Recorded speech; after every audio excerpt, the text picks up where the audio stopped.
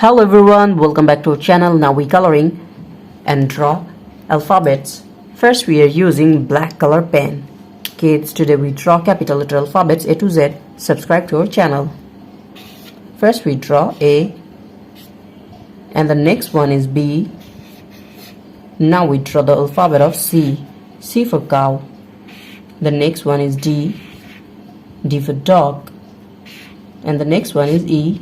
E for egg. The next one is F. F for fish. Now we draw G. G for goat. Kids, the next one is H. Now we draw I. And the next one is J. Now we draw the alphabet of K. The next one is L. Now we draw M. And the next one is N. And for nose and for nest. Subscribe to our channel. Now we draw O. The next one is P.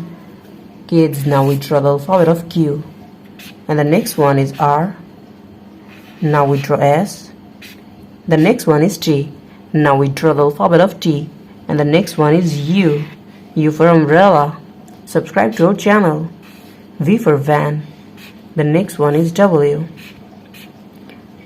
Now we draw X. The next one is Y. And the last one is Z. Today we draw capital letter alphabets A to Z. Thank you so much for watching.